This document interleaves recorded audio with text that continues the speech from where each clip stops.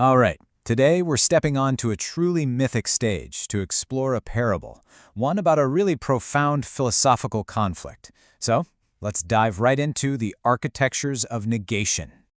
Our story kicks off with this powerful and just ominous line. You can feel the stakes right away, can't you? We're not just watching some random conflict. We are witnessing the beginning of an end. It's a prelude to what the source calls the Great Evening. This is about finality. It's about the ultimate test.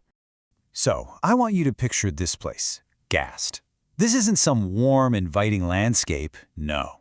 We're talking frozen, desolate, remote crags. It's a stage set completely apart from the rest of the world, a place where fundamental truths can collide without any distraction. And it's right here that our two figures are about to meet. And here they are, our two contenders. On one side, you have the Grimnash, this ancient, almost elemental force. And on the other, the Violet Adversary, a systematic, psychological power.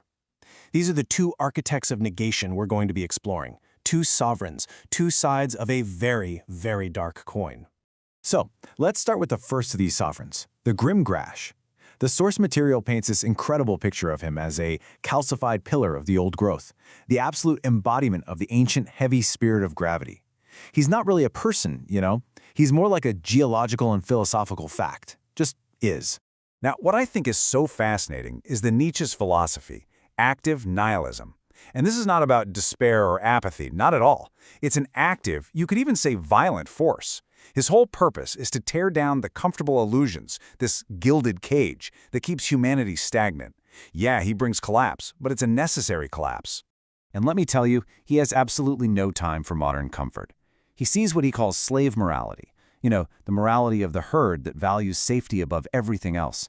He just mocks this impulse, calling it a will to nap, a spiritual crusade that's really just a deep desire for stagnation.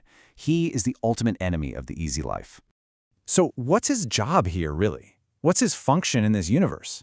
Well, he's here to harvest arrogance, to offer the honest sound of a cold, indifferent cosmos.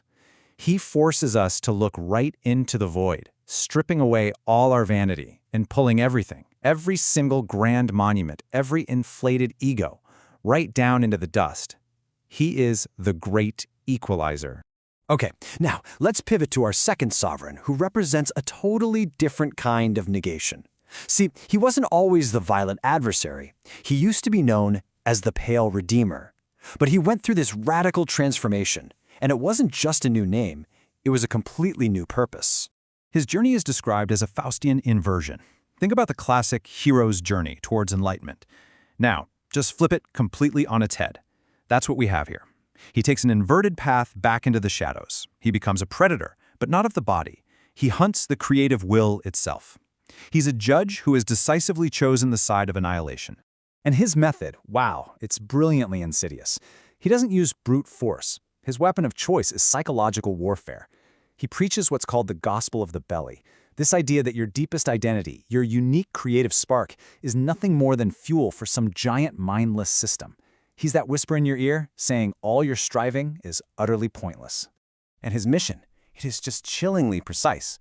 It's to inject a single, fatal drop of doubt, to act as a spiritual black hole, just absorbing the vitality of creators. His goal is to methodically erase everything that makes you unique, to neutralize the spirit of becoming, which is just another way of saying the very drive to grow, to create, and to overcome. Okay, so we've got these two immense forces. One shatters the world from the outside, the other poisons the will from within.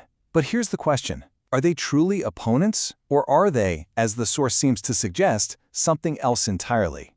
You know, when we actually break this down side by side, their methods are just so starkly different. The Nash's whole approach is external collapse. The adversary's is internal, a kind of psychological conversion. The Nash targets our collective arrogance and stagnation. The adversary, though, he targets the individual creative will. So you see, one clears the stage for something new, while the other makes sure no one is left with the will to build anything on it. And this is where the core difference really just snaps into focus. The Grimnash is the great no. He's a cosmic force that says no to delusion, no to unearned pride. He shatters the world of meaning. But the Violet Adversary? He's the trial. He doesn't just shatter the world, he tries to shatter your will to endure it. And that brings us to this incredible idea. They're not enemies in some simple war. They are uncanny mirrors, two necessary parts of one great, chaotic cosmic process. They work in this terrifying harmony to test creation from the outside in and the inside out. One brings the storm, the other convinces you it's not worth it to rebuild. So, why does any of this matter, right? This abstract, metaphysical fight on a frozen mountaintop?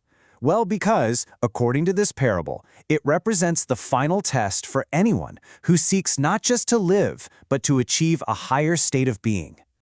And that's the question this entire parable is asking us. If you're someone who seeks the path of what the philosopher Nietzsche called the overman, a self-mastered person who creates their own values, what is the absolute test you have to pass? What is the crucible? The answer, it seems, lies in surviving these two sovereigns. The path of the companion, or the true striver, involves three really big steps. First, you have to reject comfort, that polished silver of safety. Second, you have to acknowledge the void, the abyss, that both of these forces represent. And third, in the face of all that negation, you must somehow achieve a fierce, unconditional affirmation of life itself. And we end with this. That struggle isn't a punishment. It's the price of admission. Facing the force that pulls all things down and the voice that whispers it's not worth getting back up. That is the necessary trial for anyone who dares to become something more. So the question this parable leaves us with is that a price you're willing to pay?